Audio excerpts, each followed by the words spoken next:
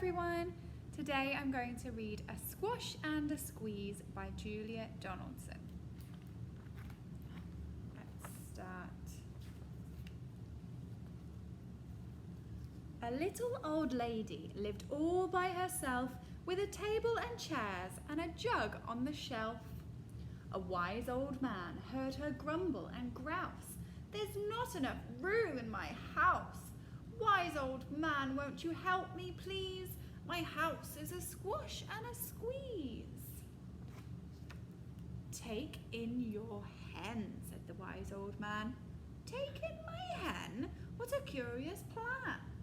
Well, the hen laid an egg on the fireside rug and flapped round the room, knocking over the jug. The little old lady cried, "What shall I do? It was pokey for one and it's tiny for two. My nose has a tickle and there's no room to sneeze. My house is a squash and a squeeze." And she said, "Wise old man, won't you help me, please? My house is a squash and a squeeze." "Take in your goat," said the wise old man. "Take in my goat? What a curious plan."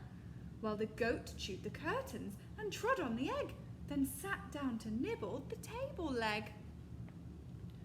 The little old lady cried, "Glory be! It was tiny for two and it's titchy for three.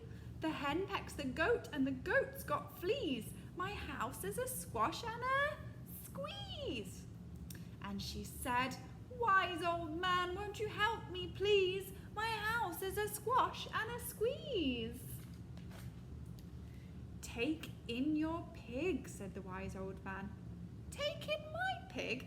What a curious plan." So she took in her pig, who kept chasing the hen and raiding the larder again and again. The little old lady cried, "Stop, I implore! It was titchy for three and it's teeny for four.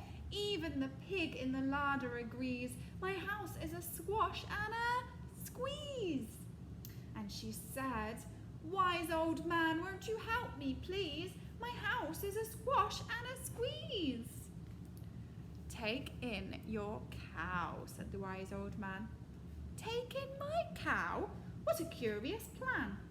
Well, the cow took one look and charged straight at the pig, then jumped on the table and tapped out a jig. He did a little dance on the table. The little old lady cried, "Heavens alive! It was teeny for four and it's weeny for five. I'm tearing my hair out. I'm down on my knees. My house is a squash and a squeeze." And she said, "Wise old man, won't you help me, please? My house is a squash and a squeeze."